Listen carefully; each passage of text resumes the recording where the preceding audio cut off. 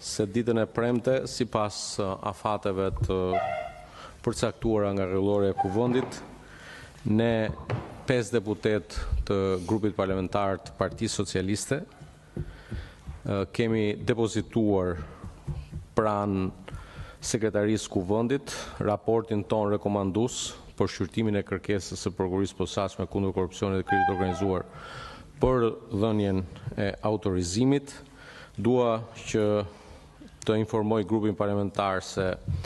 në 16 dhjetor 2025 pranë Kuvendit të Shqipërisë nga prokuria e posaçme është depozituar një kërkesë, e cila në mënyrë të menjëhershme, siç përcakton rregulloria e Kuvendit, është kaluar për shqyrtim nga kryetari i Kuvendit në Këshillin e Mandateve Imunitet dhe Rregullore, i cili e ka zhvilluar mbledhjen e vet të parë më 22 dhjetor për të vijuar më pas, sipas të gjitha sqarimeve që janë bërë, për shkak të ndërveprimit në të cilën u thirrë gjykata kushtetuese, më datë 23 shkurt, kur është zhvilluar dhe mbledhja e fundit e Këshillit, siç përcaktohet në rregulloren e Kuvendit, në Këshillin e Mandateve, çdo deputet ka të drejtën e vet të vlerësimit. Duhet ju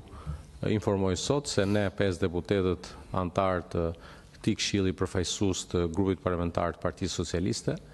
unë së bashku me kryetarin e Kuvendit Niko Peleshi, Ulsi Manja, Bledi Çomo dhe Bledi Çuçi, kemi bërë gati brenda këtij afati 2 javor nga përfundimi i mbledhjes